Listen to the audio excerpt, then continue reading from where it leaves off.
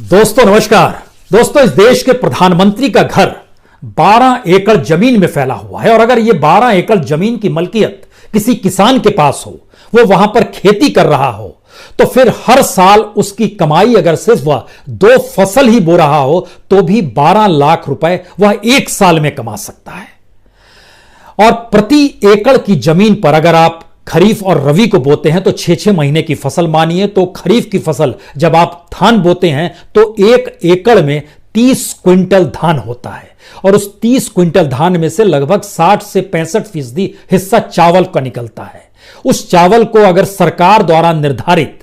जो न्यूनतम समर्थन मूल्य है, अगर उस पे भी उसको बेच दिया जाए तो भी उस किसान को प्रति एकड़ 50,000 रुपए का लाभ तो हो ही जाएगा, क्योंकि लगभग 10,000 रुपए प्रति एकड़ में उसका खर्च आएगा अगर वो धान बोता है तो।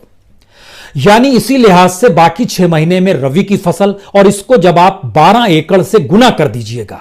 तो यानी एक में अगर 30 क्विंटल हो रहा है तो वह जब 360 क्विंटल में कन्वर्ट हो जाएगा। और इसी तरीके से जो लाभ है वह भी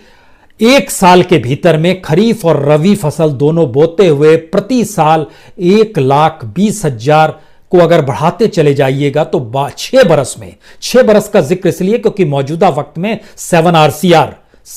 अब तो नाम भी बदल दिया गया, उसको लोक कल्याण मार्ग कर दिया गया है। अब वो रेसकोर्स के तौर पर उसकी पहचान नहीं है, यानी जनता के साथ सरोकार है सड़क के नाम के, कम से कम प्रधानमंत्री और प्रधान सेवक के हो या ना हो ये एक अलग मुद्दा है। तो 72 लाख रुपए की कमाई हो जाती है। अब सवाल है, प्रधानमंत्री तो खेती करेंगे नहीं, नारे लगाए जा सकते हैं जय जवान जय किसान के, लेकिन खेती तो करेंगे नहीं, क्योंकि 72 लाख की हैसियत प्रधानमंत्री निवास के भीतर कुछ भी नहीं है। जो सुरक्षा कर्मियों की तादाद है उनके ऊपर आने वाला खर्च भी इससे कई गुना ज्यादा है। जो गाड़ियों का इस्तेमाल होता है, उस गाड़ी में जो पेट्रोल हिस्सा आता है, वो गाड़ियां भी इतनी महंगी हैं कि वह 1 लीटर में सिर्फ 5.5-6 किलोमीटर ही दे पाती है। तो जो खर्च आता है दिल्ली में ही घूमते वक्त भी, वह खर्च भी इस 72 लाख में फिट नहीं बैठेगा। 6 साल की कमाई में भी यह प्रति साल भी फिट नहीं बैठेगा। तो इसका मतलब है कि इस देश की इकोनॉमी एग्रीकल्चर से नहीं चल सकती। इस देश के एग्रीकल्चर पर निर्भर लोगों की तादाद चाहे कम ना हो पा रही हो, वहां पर खेत मजदूरों की तादाद चाहे कम ना हो पा रही हो, लेकिन खेती का ज्ञान और जमीन को खेती के अनुकूल कर देना शायद मौजूदा अर्थव्यवस्था के अनुकूल नहीं है।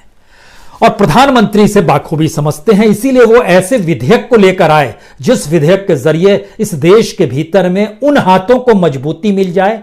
उनका खजाना भर जाए जिनको कॉरपोरेट के तौर पर जाना जाता है, जिनको बड़े बिजनेस पर्सन के तौर पर जाना जाता है, जो अपने आप में इतनी कमाई के साथ जिनका दुनिया में नाम है। उनके लिए अगर खेती की जमीन मिलने लगे, उनको अगर खेती की उपज को बेचने का अधिकार मिल जाए, उनके पास अगर गोडाउन्स इतनी बड़ी तादाद में हो जाएं जहां पर वो अनाज किसान जब उपजाए तो उसको लाकर डंप कर दें और उसके बाद विश्व बाजार में वह अपनी मनमानी कीमत, जिस समय कीमत बढ़ रही हो तब मार्केट में सप्लाई करें, और यही स्थिति भारत के भीतर करें, तो यह कमाई जो है, इस कमाई का जीडीपी में गजब का योगदान होगा और हमारी जीडीपी बढ़ेगी। यूं भी भारत में एग्रीकल्चर का जीडीपी में योगदान 13-14% से ज्यादा हो नहीं पाता है, चाहे इस देश की जनसंख्या इतनी ज्यादा एग्रीकल्चर पर टिकी हो, जो कि पॉलिटिकल पार्टी को मिलने वाले समूचे वोट से भी ज्यादा हो, तो भी कोई मायने नहीं रखता है।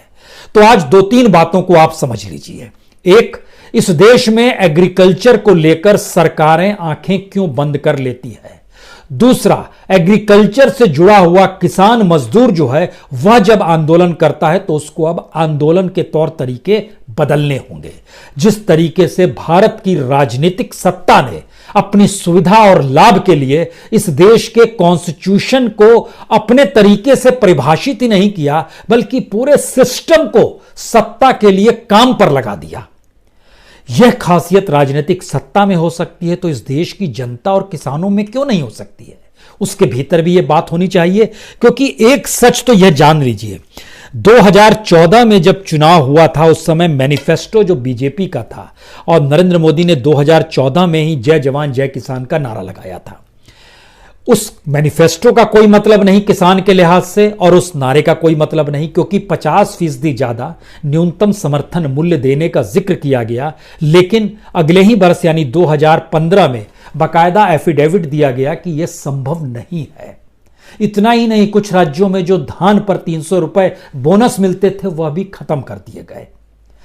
सवाल है, मैनिफेस्टो का कोई मतलब नहीं, नारों का कोई मतलब नहीं, लेकिन इस देश में लोकतंत्र में अगर सर गिने जाते हैं वोट के लिहाज से, तब तो इस देश के नागरिकों का महत्व होगा। 2014 में इस देश में तकरीबन 83 करोड़ 40 लाख वोटर थे, जिसमें से बीजेपी को वोट मिले थे सिर्फ 17 करोड़ 14 लाख के। इसी में उसकी सरकार बन गई और सारी चीजें किसानों को लेकर धराशायी होती चली गई। 2019 आया, इस वक्त